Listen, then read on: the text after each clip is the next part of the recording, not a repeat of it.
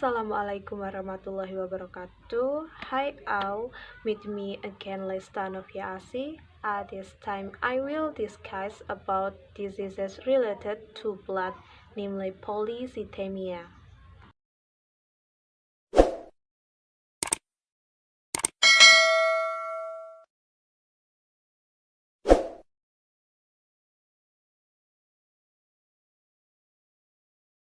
Here I will discuss diseases related to blood. Actually, there are many diseases related to blood, one of which is polycythemia, which I will discuss this time. Before going to the topic of discussions, we will first know what blood is and what is the function of blood.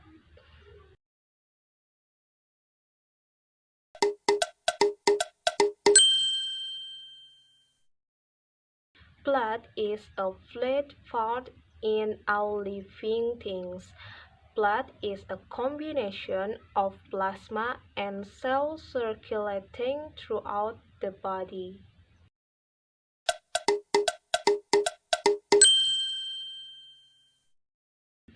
Serve to send substances and oxygen needed by body the tissues, transporting chemicals resulting from metabolism, and also as the body's defense against viruses or bacteria.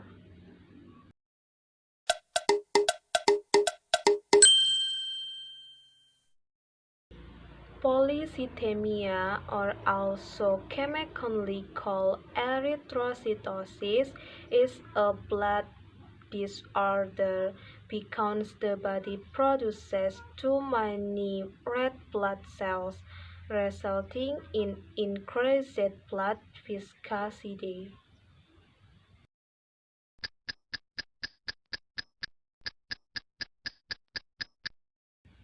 In the early stages of these diseases, there are no significant symptoms, but people with polycythemia can experience symptoms such as 1. Headaches, 2.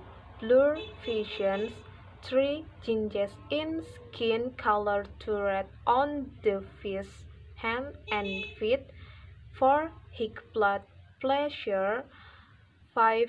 Disease, 6. Feel uncomfortable in the stomach, 7.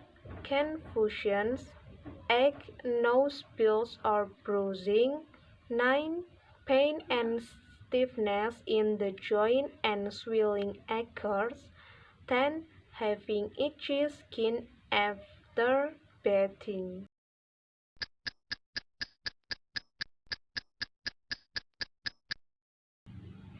Usually, the cause of these diseases can occur due to lack of oxygen that the body gets or kidney diseases. Lack of oxygen can cause an increase in the production of red blood cells that function to compensate for body's conditions. There are also other caused by lack of oxygen, namely 1. Heart diseases, 2. Lung diseases or pulmonary fibrosis, 3. Sleep apnea, 4. Smoking, 5. Taking supplement, 6. Anabolic steroid, 7. Blood transfusion, 8. Inject a protein that triggers an increase in red blood cells, 9. Polycythemia vera, 10. Myeloproliferative.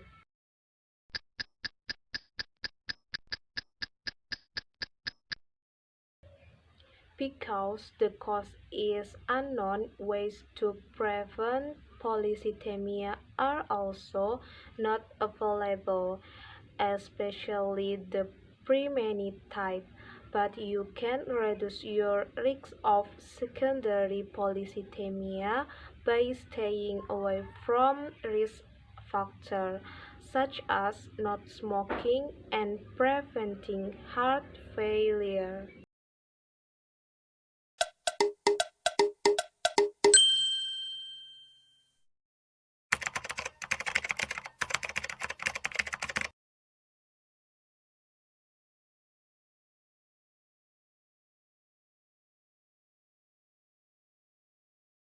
In Polycythemia vera, there are increased blood cell levels due to overproduction by the bone marrow, which is a soft tissue found within the bones. Normally, about 45% of the total blood volume is made up of erythrocytes, or red blood cells, and their main function is to carry oxygen to tissues and bring carbon dioxide to the lungs so it can be expired. This value is called the hematocrit. In Polycythemia vera, there's an increase in red blood cell production. It typically begins with a mutation in a single hematopoietic stem cell, which gives rise to red blood cells, white blood cells, and platelets. In 90% of the affected individuals, there's a mutation of the Janus kinase 2, or JAK2 gene. Normally, the kidneys produce erythropoietin, which is a hormone that binds to receptors on the hematopoietic stem cells and activates the JAK2 gene. When that happens, it causes a cell to divide and thus produce more blood cells. However, when there's a mutation, it keeps JAK2 gene activated, and these cells are able to divide even in the absence of erythropoietin. The mutated cells proliferate and rapidly become the predominant hematopoietic stem cells in the bone marrow. In time, these cells start to die out, and that's when scar tissue forms.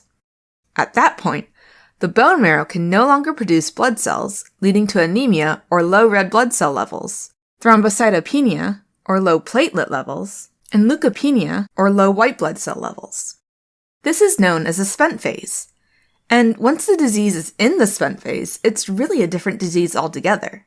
At that point, it's myelofibrosis. Thank you for watching. Sorry for all the trouble. Wassalamualaikum warahmatullahi wabarakatuh. See you.